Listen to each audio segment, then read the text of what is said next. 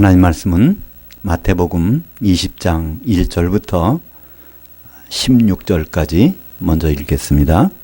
천국은 마치 품꾼들을 얻어 자기 포도원에 들여보내려고 이른 아침에 나간 집주인과 같으니 그가 하루 한 데나리온씩 품꾼들과 약속하여 포도원에 들여보내고 또 제3시에 나가보니 장터에 놀고 서 있는 사람들이 또 있는지라. 그들에게 이르되 너희도 포도원에 들어가라. 내가 너희에게 상당하게 주리라 하니 그들이 가고 제6시와 9시에 또 나가 그와 같이 하고 제11시에도 나가보니 서 있는 사람들이 또 있는지라. 이르되 너희는 어찌하여 종일토록 놀고 여기 서 있느냐. 이르되 우리를 품꾼으로 쓰는 이가 없음이니이다. 이르되 너희도 포도원에 들어가라 하니라. 저물매 포도원 주인이 자기 청지기에게 이르되 품꾼들을 불러 나중에 온 자들로부터 시작하여 먼저 온 자까지 삭을 주라 하니 제11시에 온 자들이 와서 한 데나리온씩을 받거늘 먼저 온 자들이 와서 더 받을 줄 알았더니 그들도 한 데나리온씩을 받은지라. 받은 후에 집주인을 원망하여 이르되 이 나중 온 자들이 1시간밖에 일하지 아니하였거늘 그들을 종일 수고하여 더기를 견딘 우리와 같게 하였나이다. 주인이 그 중에 한 사람에게 대답하여 이르되 친구여 내가 내게 잘못한 것이 없노라. 내가 나와 한 데나리온의 약속을 하지 아니하였느냐. 내 것이나 가지고 가라. 이 나중 온 자들에게 너와 같이 주는 것이 내 뜻이니라. 내 것을 가지고 내 뜻대로 할 것이 아니냐. 내가 선함으로 내가 악하게 보느냐. 이와 같이 나중된 자로서 먼저 되고 먼저 된 자로서 나중 되리라. 원전으로 다시 보는 마태복음 20장입니다. 오늘 말씀을 가지고 인자가 온 것은 다른 제목은 예수님의 초림의 목적이란 제목으로 말씀을 나누겠습니다. 예수님을 하나님의 아들이라고 그러죠. 근데 예수님은요 하나님의 아들이라는 말을 거의 안 쓰십니다. 항상 예수님은요 인자라고 하세요. 사실은 사람의 아들이라는 것인데 우리말 번역은 그냥 인자 번역해서 하나님의 아들과 사람의 아들, 그리고 하나님으로 오셨느냐 사람으로 오셨느냐 이를 구분하기 위해서 이 단어가 사용되는데 우리는 그것이 하나는 하나님의 아들로 번역되고 하나는 그냥 인자로 번역돼서 잘 구분이 안 됩니다. 근데 예수님은 계속 거듭해서 강조하는 내용은 인자, 내가 사람의 아들이라는 것은 사람이라는 뜻이죠. 사람으로 온 이유가 있다는 것입니다. 그것이 바로 예수님의 초림의 목적이죠. 우리가 예수님의 재림을 생각한다면 우리는 초림에 대해서도 쉽게 이해가 갑니다. 재림은 예수님이 결혼하러 오십니다. 그죠? 신부와 결혼하러 오시는데 그럼 초림 때는 뭐 하셨을까? 결혼 대상자를 물색해 놓고 준비시키러 오신 것입니다. 오늘 내용들을 보면 결론이라고 할 수 있는 20장 28절을 보면 바로 많은 사람이 대속물로 오셨다는 것입니다. 이 대속물 이것은 바로 그분의 희생이 돼서 교회를 얻으시고 그 교회가 바로 이제 그분의 신부가 된다는 것을 창세기부터 우리는 알고 있는 것이죠. 오늘 첫 번째 예수님의 그 비유를 통해서 천국은 마치 품꾼을 얻어서 포도원에 보낸 그런 그 집주인과 같다 이렇게 말씀하고 있습니다. 그 포도원이 뭘까요? 결론적으로 보면 포도원은 교회를 상징합니다. 그죠? 품꾼들을 얻어서 결국 이제 사람들을 성도로 만들어서 이 교회를 세우게 하는 일을 여기서 말씀하고 있는 것이죠. 근데 여기 보니까 이른 아침에 나갔다고 그랬습니다. 그 시간은 정해지지 않았어요. 근데 두 번째 보니까 제3시 공간복음에서는 그 시간에다가 6을 더하면 우리가 알고 있는 시간이 나옵니다. 그러니까 3시라는 것은 오전 9시죠. 그러니까 두 번째가 오전 9시니까 맨 처음 시작이 몇 시부터인지는 모르겠지만 이른 아침이라고 하면 아마 6시 정도로 한번 가정해 볼 수 있습니다. 그때 나가서 사람들을 불러서 포도원에 들여서 일을 시키고 그다음에 오전 9시에 나가서 또 12시에 나가서 이제 그다음에 3시에 나가서 사람들을 이제 모았습니다. 근데 마지막은 이제 6시에 끝나는 겁니다. 오늘 쭉 보면요. 1시간 일했다는 사람이 5시에 들어오니까 6시에 끝나는 시간이라는 것을 알 수 있죠. 그러니까 끝나기 1시간 전에 나가보니까 또 놀고 있는 사람들이 있어요. 왜 그러냐 했더니 우리를 써주는 사람이 없다는 겁니다. 그래서 그들도 들여다 일을 시킵니다. 그 다음에 거기서 청지기한테 하는 것이 맨 나중에 온 자부터 이걸 주라는 거예요. 품삯을. 근데 한 데나리온을 줍니다. 근데 오늘 처음에 보니까 이른 아침에 나간 사람들한테 바로 한 데나리온씩 주기로 하고 새벽 6시부터 아마 그 이제 계약을 한 모양입니다. 근데 이 사람이 생각하기를 우리는 지금 6시부터 오후 6시까지 12시간 일한 거 아닙니까? 우리는 상당히 많이 받을 줄 알았는데 1시간 일한 사람 한 데나리온 줬는데 우리하고 약속한 것이 한 데나리온인데 이상하다는 것입니다. 아니나 다를까 바로 한 데나리온밖에 안 주는 겁니다. 그래서 거기들이 불평하는 거죠. 우리는 하루 종일 일했는데 어떻게 저 사람은 1시간 일한 사람만 주는 거 똑같이 줍니까? 그때 예수님이 말씀하시죠. 그러니까 물론 이제 집주인이 말하는 건데 그 집주인은 바로 인자인 예수님을 말씀하고 있는 것이죠. 바로 내가 너와 아침에 있다고 해도 아침에 일했지만 한 데나리온 약속을 하고 일했지 않았느냐. 네가 약속한 대로 주는데 무슨 상관이냐 그런 것이죠. 그래서 내가 내 뜻대로 이렇게 주는 것이기 때문에 너는 내 몫이나 가지고 가라 이렇게 말씀하시면서 결국 유명한 말이 나오죠. 바로 16절에 이와 같이 나중된 자로서 먼저 되고 먼저 된 자로서 나중되리라. 이 말씀은 성경에 이제 2번 나오죠. 두 가운데 나오는데 마태복음 19장 30절에도 이 말씀이 있었습니다. 바로 이 나를 위해서 본토와 친척 아비를 버린 자는 내세에서 복을 받고 그다음에 100배를 받고 죽은 다음에 영생을 받는다. 그러나 먼저 된 자로서 나중되고 나중되는 자로서 먼저 된다는 말이 한번 나왔는데 오늘 그거를 구체적으로 설명을 합니다. 우리는 일반적으로 이 말씀을 어떻게 받아들이고 있죠? 나중된 자가 먼저 된다. 먼저 나중에 믿었는데 저 사람이 이렇게 열심히 일해. 난 먼저 믿는다는 별거 아직 감흥도 없고 뭐도 없는데 그런 걸 그런 걸 얘기할 때 우리는 이 문장을 이용을 합니다. 그죠? 먼저 믿은 사람보다 나중 믿은 사람이 더 열심히 일 수 있다. 이렇게 얘기를 합니다. 여기는 그걸 얘기하는 것이 아닙니다. 예수님은요, 똑같이 한 데나리온씩을 준다는 거예요. 동등하게. 먼저 온 사람이나 나중 온 사람이나. 우리가 보면은 불공평할 것 같아요. 그죠? 근데 사실 정확히 따져보면 우리가 그 입장을 생각해 보세요. 1시간 남기고 들어온 사람은요, 저녁 오후 5시가 될 때까지 써주는 사람이 없을 때 하루 종일 애를 졸이고 있을 거예요. 그죠? 저 사람들은 거기 가서 일하고 품삯을 받을 텐데 나는 우리 가족이 있고 먹여 살 사람이 있는데 오늘 1시간 동안도 안 되면 이거 큰일 났다. 얼마나 애가 탔겠습니까? 그러나 데려와서 결국은 일을 하는 거죠. 그러니까 먼저 일한 사람은 사실은 떳떳하게 일하고 기분 좋게 일했을 것입니다. 근데 나중에 들어오는 사람은 마음고생은 아마 더 심했을 것 같아요. 그러니까 주님의 입장에서는 공평하게 하는데 왜 너희들은 공평하지 않다고 생각하느냐. 우리가 이제 많은 그 질문도 하고 질문을 받죠. 하나님은 불공평하지 않느냐. 어쩌다 운 좋게 복음을 들어서 예수 믿는 사람들은 잘 되고 그렇지 못한 사람은 잘못되게 한다는 것은 불공평하지 않느냐. 우리 조상들은 복음을 듣지도 못했는데 이렇게 하나님은 불공평하다고 생각하는 거가 많이 있습니다. 그러나 하나님은 공평하신 하나님이죠. 그 경우도 우리는 그것을 예를 들어서 베드로전서 3장에 보면 그걸 알 수 있습니다. 예수님이 십자가에 달리신 다음에 무덤에 들어가시고 영으로는 부활하셔서 옥에 있는 영들에게 복음을 선포하셨는데 그 옥에 있는 영들에 설명이 나오지 않습니까? 그때는 노아 홍수 때 그때 그것을 몰라서 불순종하는 사람들. 그러니까 노아 홍수 때 구원받은 사람은 8식구밖에 없잖아요. 그러면 그때 인구가 얼마인지 모르지만 그때는 보통 수명이 900살 이상 되니까 아마 지구상에 얼마 많은 사람들이 있었는지 몰라요. 그리고 생육하고 번성하고 하는 그런 그 세대였기 때문에 얼마나 많은 사람들이 있는지 모릅니다. 여하튼 거기에서 그들은 기회가 없어서 순종을 못했단 말이에요. 근데 그들을 버리지 아니하시고 기회를 주시는 것을 볼 수 있습니다.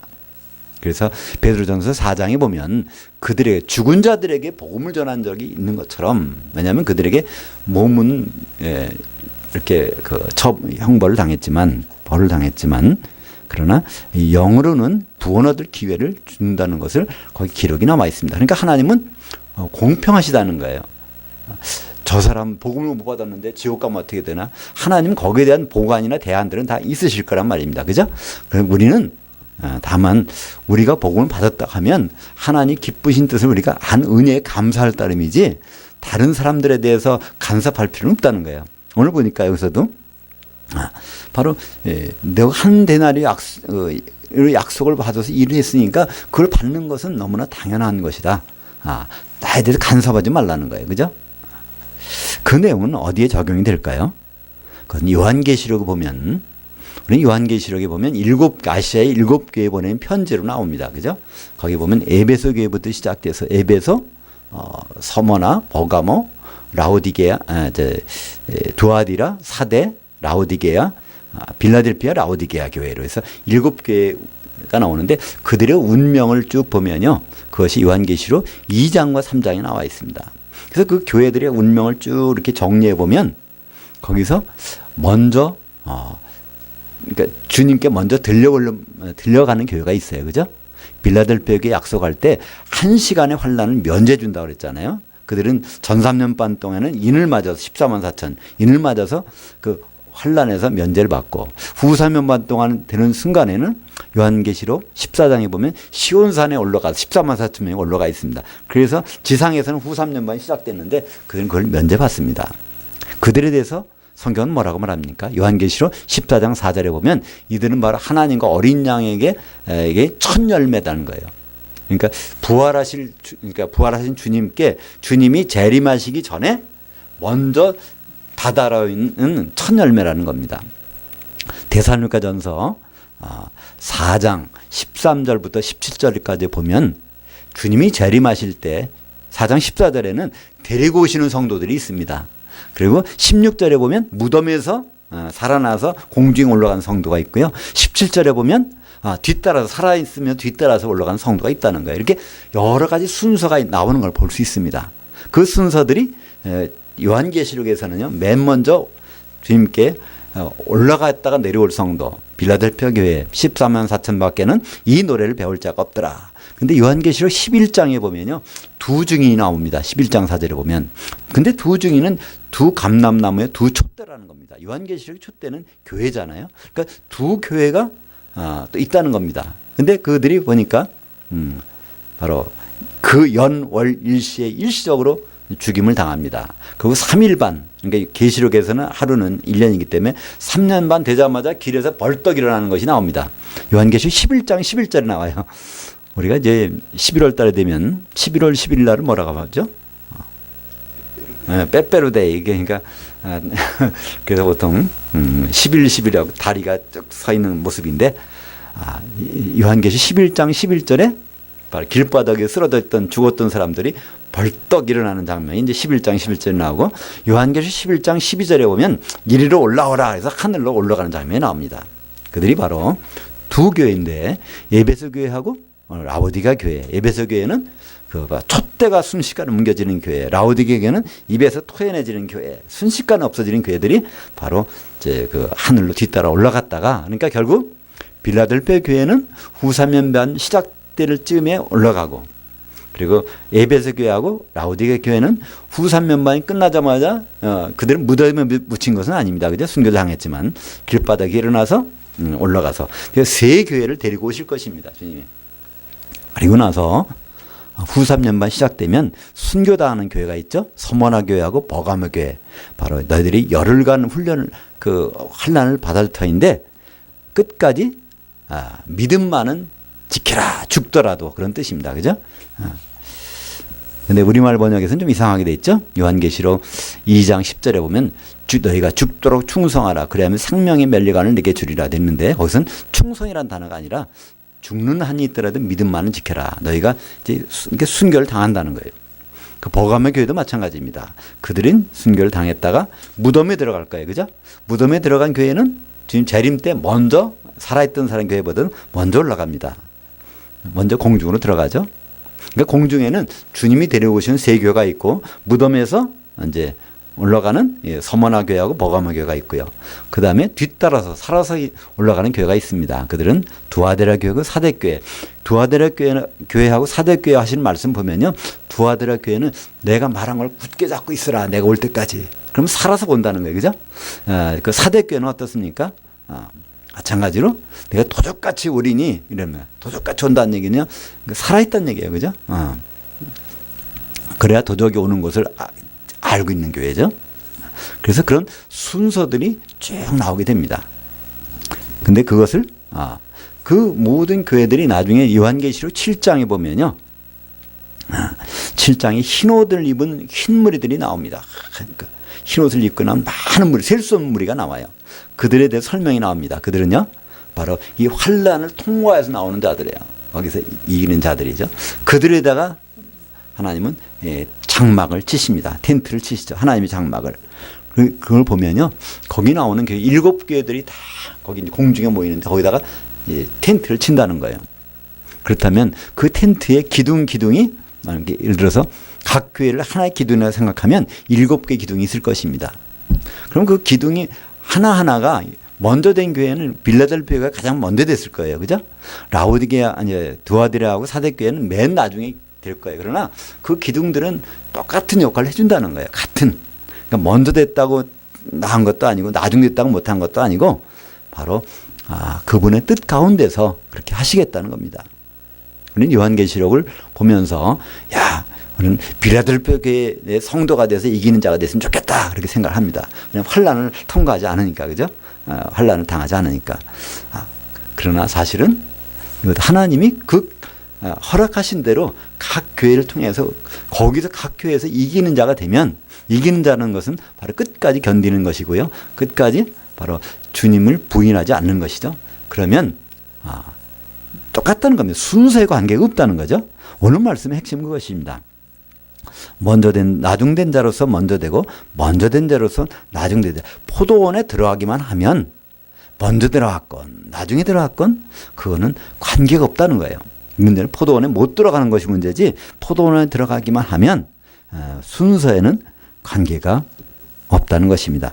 그것을 우리는 요한계시록 20장에 보면 4절에 그 내용을 알 수 있습니다. 요한계시록 20장에 보면요, 사도 요한이 가서 보는 장면이 나와요.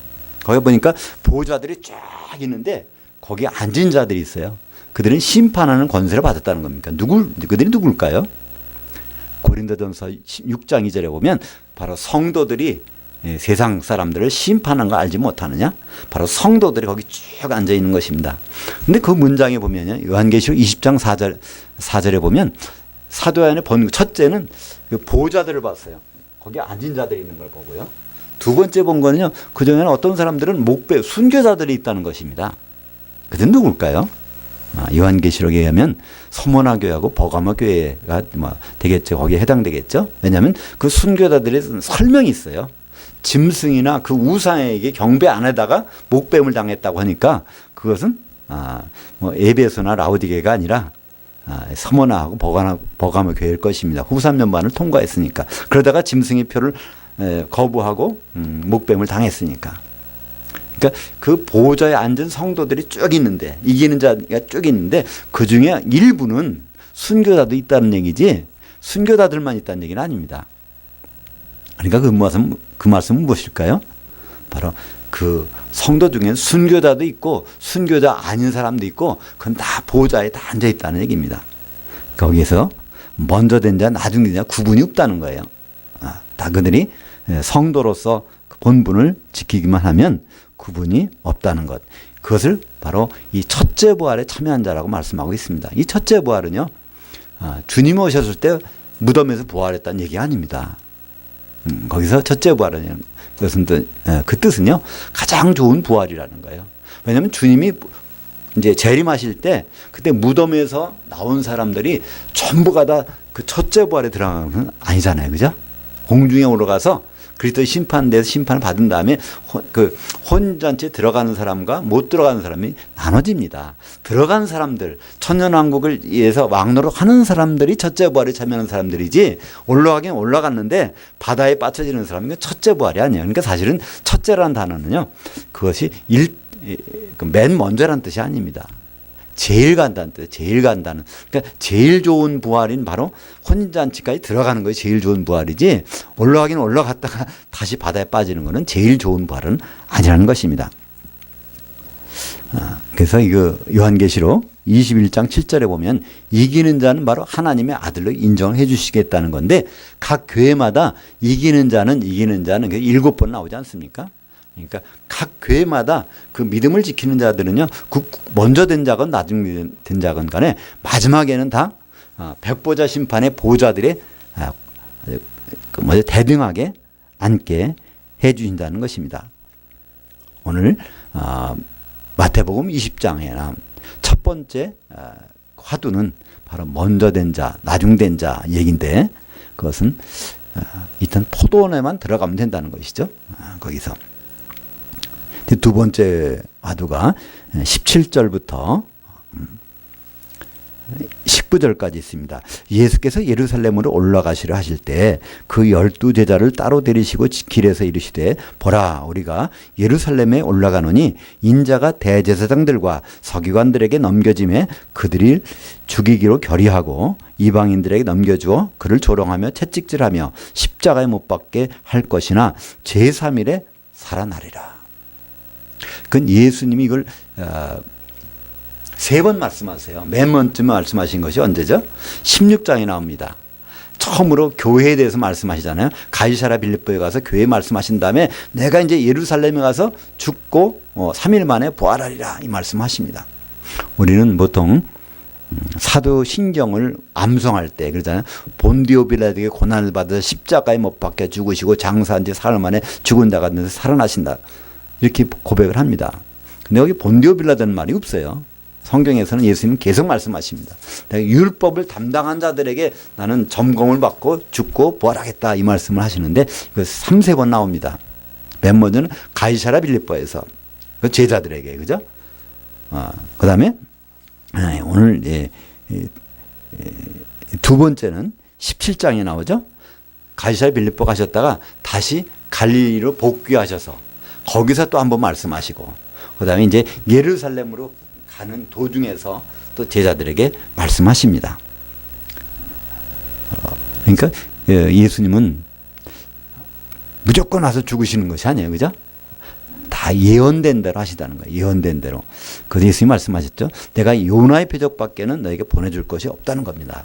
요나의 표적은 그 중에 3일 반, 3일 낮, 72시간 동안을 땅속에 있다 나오겠다는 것을 계속 말씀하시는 거예요. 그것이 이제 오늘 20장에서 마지막으로 나옵니다. 고린도전서 15장 4절에 보면요, 바로 성경대로 나오시고 성경대로 죽으시고 성경대로 부활하신다는 거예요. 그럼 우리가 여기서 한번 생각해 볼 필요가 있습니다. 예수님이 언제 십자가에 달리시고 죽으셨을까요? 그리고 언제 부활하셨을까요? 그런 죽으신 지 72시간 만에 부활하셔야 됩니다. 그죠? 왜냐면 성경대로 요나는 72시간 있다가 나왔으니까, 그죠? 예수님도 72시간 있다 나와야 됩니다. 우리는 예수님이 바로 금요일 날 저녁에 돌아가셨다가 바로 이 주일날 새벽에 부활했다고 생각하는데 절대 그렇지 않습니다. 예수님은 수요일 날 십자가에 달리시고 그날 저녁에 무덤에 들어가셨다가 금요일, 그러니까 토요일 저녁에, 그러니까 수요일 저녁이니까 목요일 저녁, 금요일 저녁, 토요일 저녁, 그리고 안식일이 끝나는 순간에 주님은 나오셔야 됩니다. 왜냐하면 그분이 그렇게 말씀하셨거든요. 3일 밤 3일 낮을 무덤에 있다가 나오신다고 하셨으니까. 주님은 사실 이것 때문에 오신 것이죠. 창세기 3장 22절에 보면요, 거기에 아담이 범죄한 다음에 그렇게 하나님은 그렇게 말씀하시죠. 삼위 하나님께서 말씀하십니다. 우리 중 하나가 선악을 경험해야 되겠다는 말씀하십니다. 그죠? 그때 선악이라는 건 도덕적인 선악이 아니라 바로 죽고 부활하는 일을 경험하시겠다는 겁니다. 그러니까 죽으시고 부활하시려면 그분은 뭐가 돼야 돼요? 인자가 돼야 됩니다. 그죠? 하나님은 그럴 수가 없어요. 영이시기 때문에. 그러나 사람 몸을 입고 오시면 그럼 죽으시고 부활할 수가 있는 것이죠. 그래서 예수님은 하나님 그 말씀에 대해서 설득당한 분이에요. 그죠? 죽고 부활하시는 우리 중 하나가 돼야 되는데, 그래서 빌립보서 2장 6절부터 8절까지 보면 원래 예수님은 하나님이신 분이지만 그 동등됨을 취할 걸 여기지 아니하시고 바로 종의 형체를 가져서 사람으로 나타나서 죽으시고 이제 그 자리에 올라가셨다는 말씀을 하고 있습니다. 그래서 사실은 인자가 온 것은 그분 죽으시러 오신 거예요. 그리고 또 그분은 부활하시러 오셨습니다. 선악을 경험하러 오신 것이고 그것을 이루신 분입니다. 그래서 요한계시록에서는요, 그 예수님이 자기를 소개할 때 그렇게 소개하십니다. 2장 8절에 소마나 교회의 천사에게 편지하라. 처음이며 마지막이요 죽었다가 살아나시니가 이르시되. 그러니까 죽었다가 살아났다는 건 무슨 말일까요? 선악을 경험하시니가 말씀하시는 것입니다. 이것은 똑같이 요한계시록 1장 18절에도 같은 말, 나는 살았다, 넌 죽었었노라, 똑같이 말씀하십니다. 그래서 예수님은 바로 죽으러 오셨고 그것도 그냥 살아나신 것이 아니라 요나처럼 미리 요나를 통해서 예수님 모습을 이렇게 알려주신 것처럼 72시간 후에 살아나셨고, 그것이 우리가 사실 신앙 고백이 돼야 되는 것이죠. 그죠? 빌라도에게 어떻게 재수없게 당해서 죽으시고 부활하신 분이 아닙니다. 그분은 정확히 6월절 날, 그것도 누구에게요?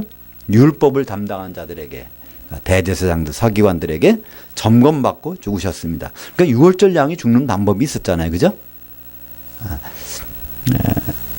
출애굽 20장에 보면 6월절 양을 잡을 때는 닷새 전에 선택을 해서 4일 동안 점검을 하고 흠이 없을 때 잡습니다. 예수님은 요한복음 12장에 보면 6월절 엿새 전에 베다니에 도착합니다. 그날 저녁은 닷새 전이에요. 그죠? 그때 베다니 마리아가 이렇게 바로 이분이 죽을 분이다. 그래서 장례식 준비를 합니다. 그때 예수님 말씀하시죠. 이 여자가 한 일을 복음이 전해지는 곳에는 반드시 말해서 생각나게 한다는 거예요. 그죠? 예수님이 그 일하러 오셨다는 거예요. 인자가 온 것은. 근데 우리는 사실 복음이 전해지는 곳에 베다니 마리아가 한 일에 대해서 베다니 마리아가 있는지도 몰라요. 그죠? 예수님은 하여튼 온 천하에 복음이 전파되는 곳에서는 반드시 이 여자가 한 일이 반드시 생각이 나야 된다는 것입니다. 그만큼 예수님이 바로 6월절 어린 양으로 죽으시고 부활하신 것은 획기적인 일이고 핵심적인 일입니다. 요한계시록을 보면요. 그래서 예수님에 대해서 가장 많이 쓰는 단어가 뭐죠? 어린 양이라는 단어를 씁니다. 그냥 다른 얘기 안 써요. 거기 인자라는 말도 거의 없습니다. 다 어린 양, 어린 양, 어린 양. 왜냐하면 6월절의 어린 양, 닷새 전에 선택돼서 율법으로 점검받으시고 그다음에 이제 십자가에 달리시고 부활하신 분, 이렇게 설명을 하고 있습니다. 오늘 20절부터 23절까지는 다른 주제입니다. 20절부터 23절까지 읽겠습니다. 그때 세베대의 아들들이 어머니가 그 아들들을 데리고 예수께 와서 절하며 무엇을 구하니? 예수께서 이르시되 무엇을 원하느냐? 이르되 나의 이 두 아들을 당신의 그 나라에서 하나는 주의 우편에 하나는 주의 좌편에 앉게 명하소서. 예수께서 대답하여 이르시되 너희는 너희가 구하는 것을 알지 못하는도다. 내가 마시려는 잔을 너희가 마실 수 있느냐? 그들이 말하되 할 수 있나이다. 이르시되 너희가 과연 내 잔을 마시려니와 내 좌우편에 앉는 것은 내가 주는 것이 아니라 내 아버지께서 누구를 위하여 예비하셨든지 그들이 얻을 것이니라. 이때 지금 이제 예수님은 갈릴리에서 출발해서 예루살렘으로 가십니다. 그러니까 죽으러 가시는 거예요. 그걸 이미 선언하셨습니다. 그때 따라오는 행렬들이 많았어요. 이 행렬들이 아마 전체 세면 한 120명 정도 됐을 것 같아요. 왜냐하면 나중에 마가다라 방에서 모인 사람들이 120명이니까 그들이 이제 와서 거기서 이제 침소를 거기다 정했던 모양입니다. 근데 거기 따라온 사람들 중에 누가 있었냐면 세베대의 아들들의 어머니가 있습니다. 살로메라는 그 여인인데 그 아들들은 야고보와 요한이죠. 육신적으로 말하면 예수님의 이모입니다.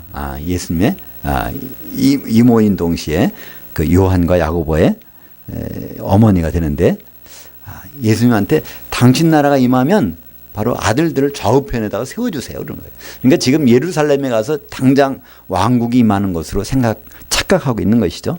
예수님은 벌써 3번 얘기했는데, 그죠?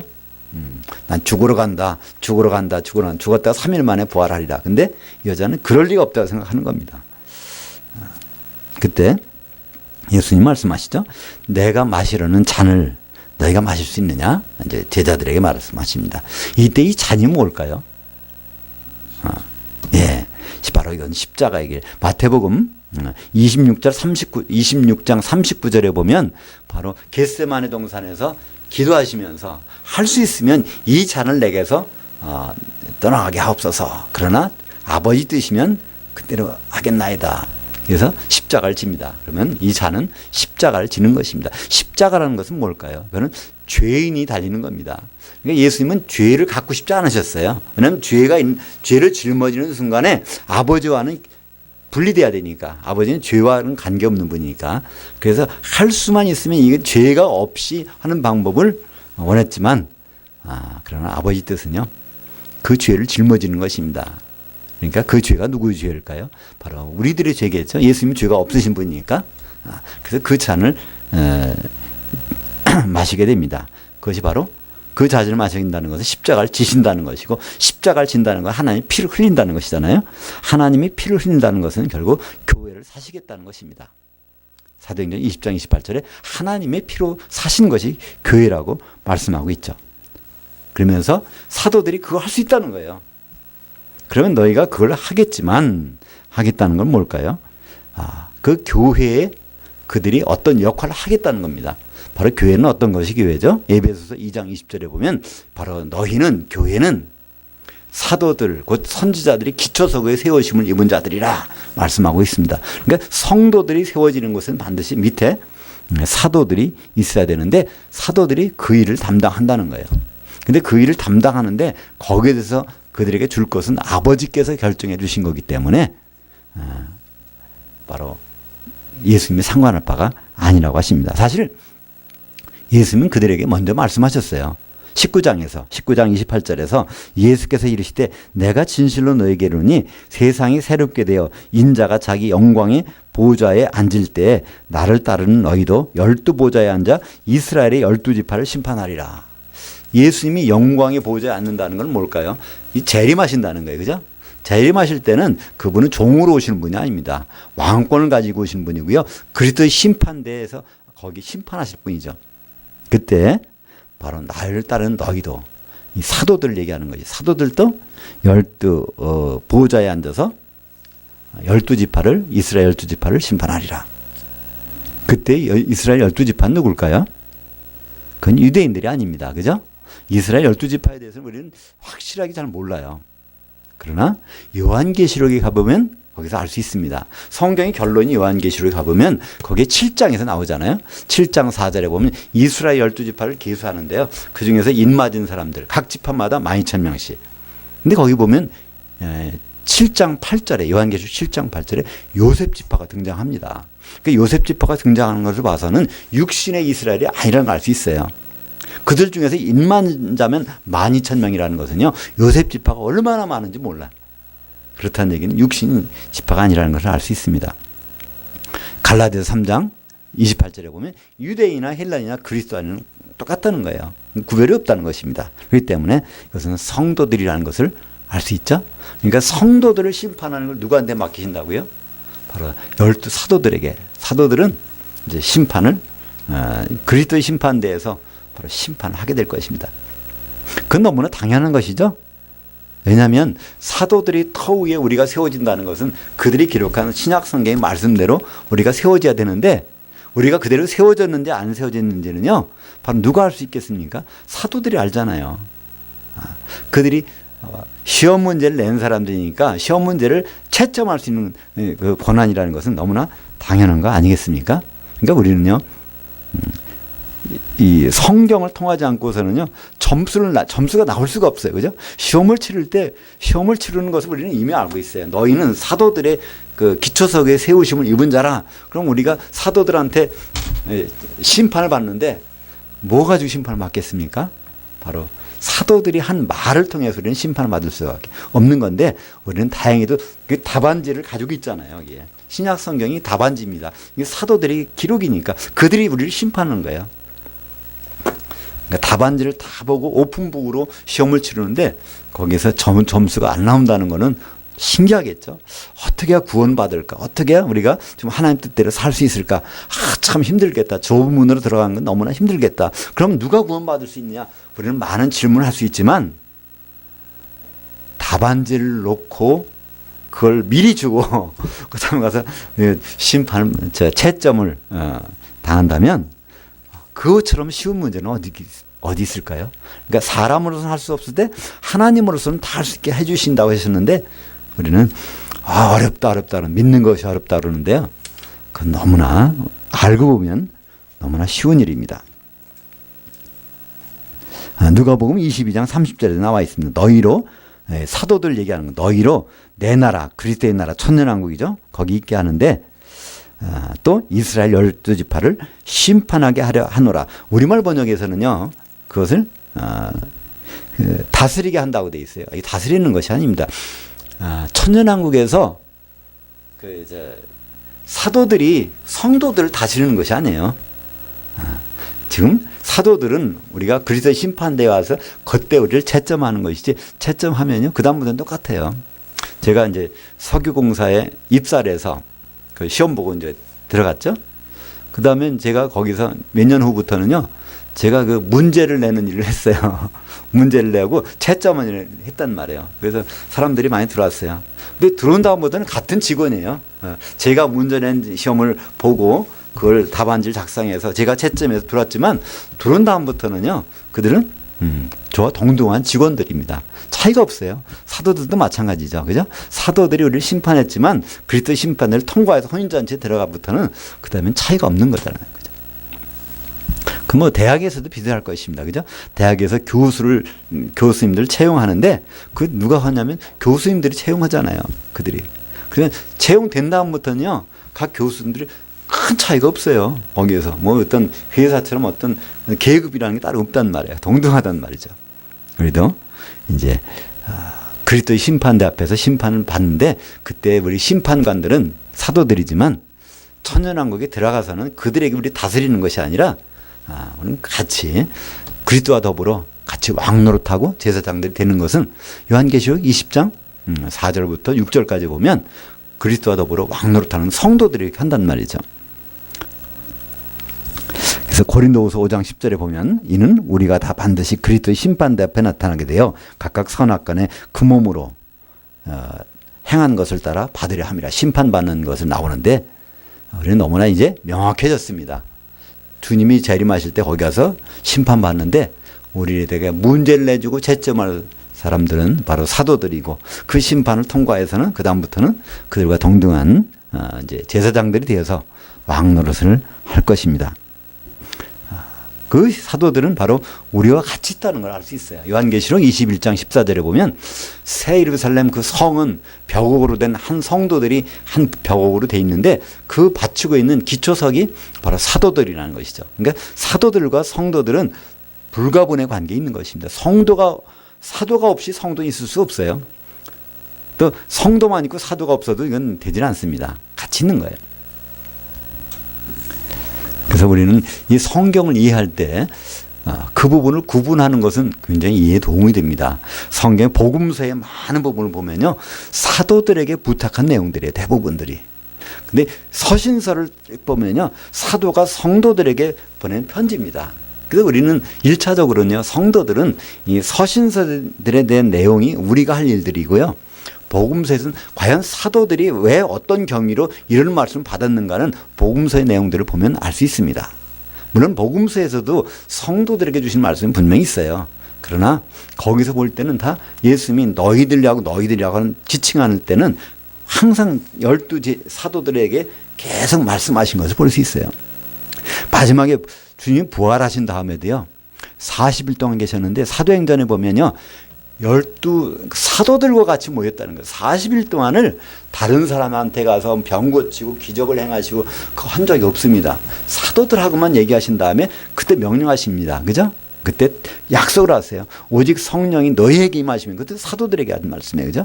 너희가 권능을 받고 예루살렘과 온 유다와 사마리아 땅끝까지 해서 내 증인이 되도록 내가 하시겠다는 거예요. 사도들을 통해서. 그것이 바로 그들을 통해서 나오는 그 증인들입니다. 증거들이 바로 신약 성경으로 기록되어 있는 것을 통해서 우리는 그래서 예수 안에서 교회로 세워지고 있는 것이죠. 오늘 마지막으로 24절부터 이제 28절까지를 보겠습니다. 열 제자들이 듣고 두 형제들에게 대하여 부은히 여기거늘 예수께서 제자들을 불러다가 이르시되 이방인의 집권자들이 그들을 임의로 주관하고 그 고관들이 그들에게 권세를 부리는 줄 너희가 알거니와 너희 중에는 그렇지 않아야 하나니 너희 중에 누구든지 크고자 하는 자는 너희를 섬기는 자가 되고 너희 중에 누구든지 으뜸이 되고자 하는 자는 너희 종이 되어야 하리라. 인자가 온 것은 섬김을 받으려 함이 아니요 도리어 섬기려 하고 자기 목숨을 자기 혼을 많은 사람의 대성물로 주려 함이니라. 지금 이제 그 이모 예수님의 육신의 이모가 두 아들 야고보와 요한을 높은 자리에 이렇게 앉혀달라고 하니까 그 10명이 이게 분이 난 거예요. 그죠? 우리가 같이 다녔는데 쟤들만 높은 자리에 이렇게 한다면 말이 되겠느냐. 운동회 때도 보면 학병들이 막 오는 경우가 있고 학병이 안 오고 혼자 오는 경우는 좀 쓸쓸하고 외로울 수도 있겠죠. 아마 제자들이 심정이 그런지도 몰라요. 근데 여기서 예수님이 말씀하십니다. 이게 그런 게 아니라는 거예요. 세상에서는 왕이 있으면 다스림을 받는 사람들이 복종해야 되지만 바로 이 하나님의 나라에서는 그 천국에서는 거꾸로 된다는 겁니다. 예수님부터가 거꾸로 됐다는 거예요. 예수님보다 큰 자가 어디 있습니까? 그분이 낮아지셔서 섬기셨잖아요. 마찬가지로 이 하나님 나라는 크고자 하는 자는 섬기는 자가 돼야 된다고 말씀하고 있습니다. 그래서 예수님이 섬기러 오셨다는 거예요. 어떻게까지 섬기시나요? 대성문이 되도록. 이 대성문이라는 단어는 구약에도 나옵니다. 구약의 이 대성물이라는 단어가 맨 처음 나오는 것은 창세기 6장 14절에 나옵니다. 너는 잣나무로 너를 위하여 방주를 만들되 그 안에 간들을 막고 역청으로 그 안팎에 칠하라.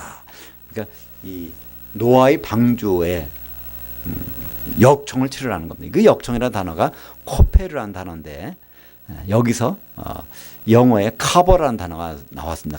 카버라는 것은 덮는다는 거잖아요. 그걸 덮으면 안전한 겁니다. 그죠? 시멘트가 있는데 모래가 있는데 카버를 잘 덮어 놓으세요. 그러면요, 뭐가 와도 끄떡 없습니다. 근데 그거 안 덮어 놓으면 다 물건들이 훼손되어 버리죠. 그때 그 코페르라는 단어는 그 다음부터는 구약 성경에서 역청이라는 단어로 사용된 적이 없습니다. 그 다음부터는 항상 목숨값, 속량물 그거로만 계속 사용됩니다. 그래서 역청을 바르다는 단어는 카파르라고 그러는데 그 카파르라는 단어는요 레위기나 다른 성경에 보면 전부 다 속죄한다는 단어로 전부 바뀌게 되죠. 그래서 역청이라는 단어, 이 대성물이라는 단어는 노아 방주 때 거기에 발라지는 걸 얘기합니다. 안팎에 발라지는 것. 노아 방주는 뭘까요? 구원의 방주입니다. 아무리 풍파가 몰아쳐도 안전한 것.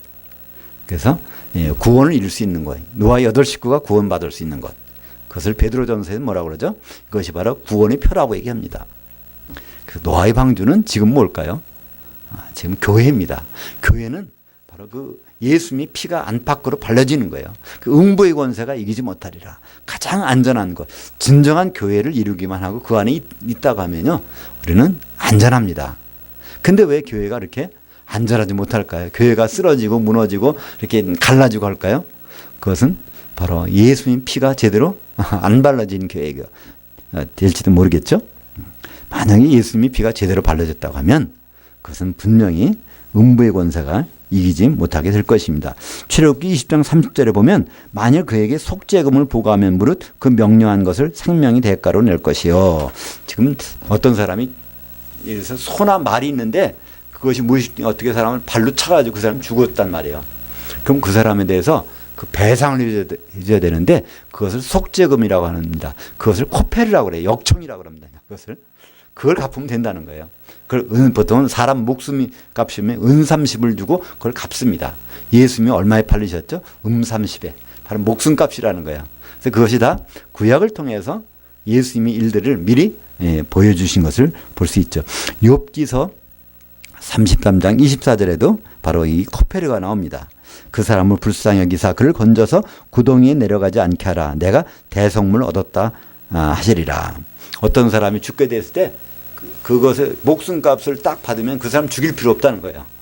그때도 이 코페르라는 말이 사용됩니다. 이 코페르는 바로 이 대성물이라는 단어를 쓰고 있죠. 구약의 코페르를 신약에 와서는 바로 리트론이라는 단어로 바뀝니다. 헬라어에서는 그걸 리트론이라고 그래요. 예수님이 바로 내가 그 역청이라는 거예요. 노아 방주 때 발렸던 그 역청, 바로 예수님은 바로 그 대성물로 오셨다는 것입니다. 그 발려진 곳에 들어가면 노아의 8 식구는요 1년 동안 풍랑 가운데 있어도 안전했습니다. 노아가 방주를 잘 만들어 놓은 것이 아닙니다. 거의 방수가 되는 바로 역청이 안팎으로 발려졌기 때문에 그랬습니다. 우리도 이 예수님의 피가 이 발려진 곳에 있다면 우리는 안전할 것이죠. 바로 창세기 3장 6절에 보면 예수님이 그 대성물이 되는 것이 한번 이렇게 그림으로 나옵니다. 여자가 그 나무를 본즉 먹음직도 하고 보암직도 하고 지혜롭게 할 만큼 탐스럽기도 한 나무인지라. 여자가 그 열매를 따먹고 자기와 함께 있는 남편에게도 주매 그도 먹은지라. 여기서 우리는 아담이 먹은 사유를 생각해 볼 수 있어요. 아담이 이걸 먹고 싶어서 또 이게 참 호기심이 나서 그렇게 먹는 건 아닙니다. 그 여자가 주어서 그리고 나서라는 그 접속사가 있습니다. 그러고 나서 그걸 먹었다는 거예요. 바로 이것은 뭘까요? 죄를 짊어진 것이고 대성물과 같은 것을 나타내죠. 에베소 5장 31절에 보면 남자가 부모를 떠나 그 아내와 앞에서 한 몸을 이룰지니라 할 때 그 남자, 창세기에 나오는 그 남자와 거기 나오는 그 아내는 어떤 관계라고요? 그리스도와 교회 관계를 미리 거기서 보여줬다는 것입니다. 예수님이 왜 죽으셔야 됐을까? 그것을 창세기에서는 어떻게 보여줍니까? 그의 돕는 배필, 그의 아내를 만들기 위해서는요, 예수님 반드시 잠드셔야 됩니다. 그것이 어떻게 나오죠? 창세기 2장 21절부터 23절까지 여호와 하나님이 아담을 깊이 잠들게 하시니, 이 아담은 예수님 모형이죠. 잠들매 그가 그 갈빗대 하나를 취하고 대신 살로 채우시고 여호와 하나님이 아담에게서 취하신 그 갈빗대를 가지고 그 아내를 만들어 오십니다. 그때 아담은 말하는 거예요. 인데 뼈 중에 뼈요 살 중에 살이라. 바로 이 남자에게서 나갔으니 여자라 하리라. 남자라는 단어는 이쉬, 여자라는 단어는 이쉬아입니다. 바로 예수님은 자기 몸에서 나간 것, 자기 뼈에서 나간, 자기 피에서 나간 것만을 아내로 삼으시겠다는 겁니다. 그러니까 십자가에서 흘려서 얻으신 것은 교회입니다. 교회만을 그분의 뼈로, 살로 여기시겠다는. 그러니까 우리 한 사람 한 성도들을 볼 때 우리는 별것 아닌 것 같이 보일 수도 있어요. 그죠? 다른 성도들을 볼 때 좀 만족하지 않을 성도들이 많이 있어요. 우리가 볼 때는. 그죠? 근데 예수님 볼 때는 살 중에 살이요, 뼈 중에 뼈를 여기신다는 거예요. 그 정말 성도라면, 그죠? 그 몸의 지체가 된다면 그렇게 여기시겠다는 겁니다. 예수님이 인자로 온 것은, 예수님이 초림의 목적은 그분이 사람으로서 피를 흘리시기 위해서 그랬습니다. 그 피는 바로 노아의 방주에 역청과 같은 것이고, 역청이 발려진 곳에 들어가면 안전합니다. 그것은 바로 예수님 피가 발려진 교회죠. 교회는 사도행전 20장 28절에 하나님의 피로 사신 것입니다. 하나님 피로 사신 것은 에베소서 5장 31절과 2절에 보면 바로 그리스도의 아내라고 말씀하고 있습니다. 예수님은 2000년 전에 오셨습니다. 2000년 전에 오신 목적은요, 여러 가지로 설명할 수 있어요. 하나님 뜻을 전하러 올 수도 있고, 그죠? 또 많은 사람들을 고쳐주러 오실 수도 있고, 또 구원을 시키러 올 수도 있고, 여러 가지를 할 수 있지만, 그걸 한마디로 말하면요, 예수님이 사람 몸으로 온 것은 누굴 위해서요? 그의 아내를 준비시키러 온 것입니다. 그죠? 그래서 그 아내로 준비되지 않는다면, 우리가 그 그리스도의 아내인 교회로 세워지지 않는다면 예수님이 초림 때의 목적을 우리는 무시하는 겁니다. 왜냐하면 예수님은 오셔서 혼인잔치를 벌이실 뿐이고, 혼인잔치에 들어가는 우리 그 기름을 가진 처녀들은 바로 이 성령 충만한 성도들이기 때문에 그렇습니다. 바로 포도원에 먼저 들어온 사람이나 나중에 들어온 사람이나 순서에 관계 없습니다. 중요한 것은 포도원에 들어와 있느냐, 그것이 우리의 관건일 것입니다.